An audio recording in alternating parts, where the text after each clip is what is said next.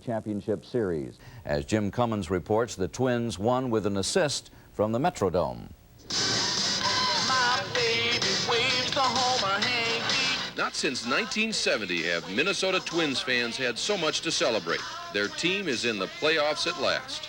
I've never seen it before, but you always see it on TV, and all these fans are having a great time. It's our turn. We've got a chance at it, and we're going to get it. It's been a long time in the coming, 17 years. People my age can't even remember it. This year, the Twins had the best record of any team at home.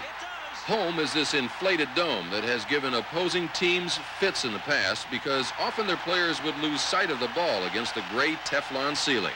Some opponents just don't like playing indoors. I don't have anything against domes, except to me it's, I want to see the sky. Last night, the Twins won again indoors, beating the Tigers 8-5. The stadium has been nicknamed the Homer Dome, and it lived up to that title as 3 of the first 5 hits were home runs. Game 2 will be played here tonight under the big top. Jim Cummins, NBC News, Minneapolis. 2-0. The Twins and the Tigers are off today, traveling to Detroit, while in the National League, the San Francisco Giants host the St. Louis Cardinals tonight at Candlestick Park. A 2-0 lead in that series. Detroit took the lead in that ball game in the second when Chet Lemon hit a 2-run dinger over the wall in left center off Bert Blyleven. But it was the Twins who came back in the bottom of the second with 1 in and 2 on. It was Tim Laudner who doubled into the corner and left. And by the time Kirk Gibson chased it down and Alan Trammell got the relay home, Tom Bernansky had scored, Greg Gagne scored. That made it 3-2. It was 6-2 by the 8th when the Twins were very much in control, as evidenced by this defensive gem. Gary Gaetti on one end, Kent Herbeck on the other.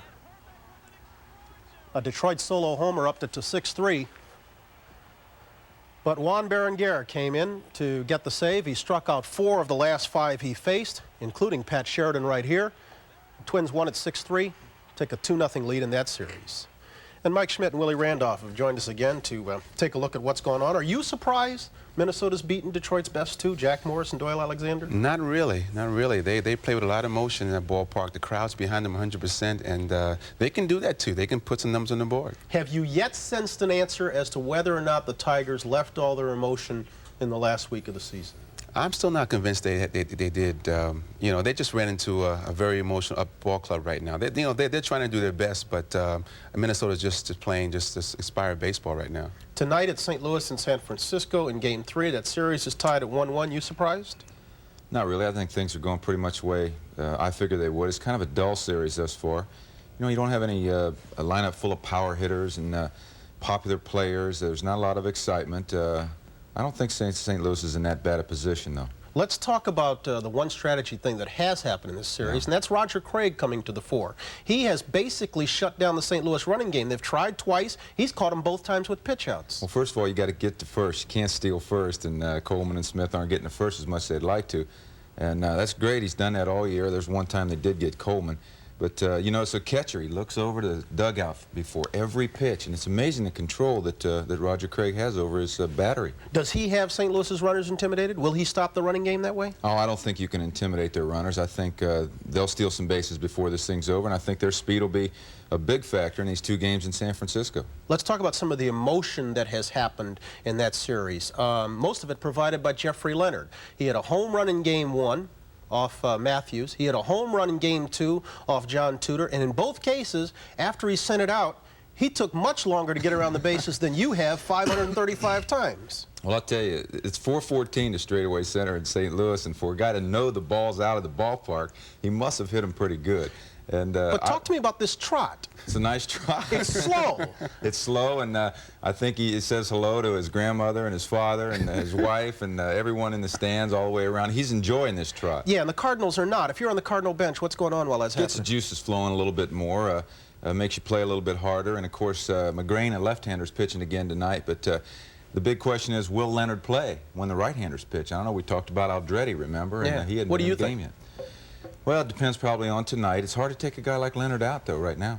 Let's talk about taking people out, because Sparky Anderson is having problems on that side. It has become obvious in this series, Willie, I think, that Sparky's relief corps is not what he'd like it to be. Yes. I mean, in game one, he tried Henneman, and Henneman obviously wasn't the answer. Walked the bases loaded. He came in with Hernandez, a guy who was a former MVP when they won the championship, and it was Hernandez who got lit up by Don Baylor for the winning run. And by contrast, Minnesota has Jeff Reardon. When Reardon comes in, the ball game's very much in control. Is the bullpen the key to the series now? Well, I mentioned in the first show that Henneman and Hernandez had to come through for them.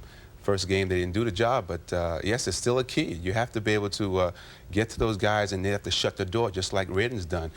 He's been their stopper all year, and now you have Berenguer, who's coming to the scene now, who just blew him away last night, and was shooting them down. So the bullpen's very important, but the Tigers have to come up with a solution there.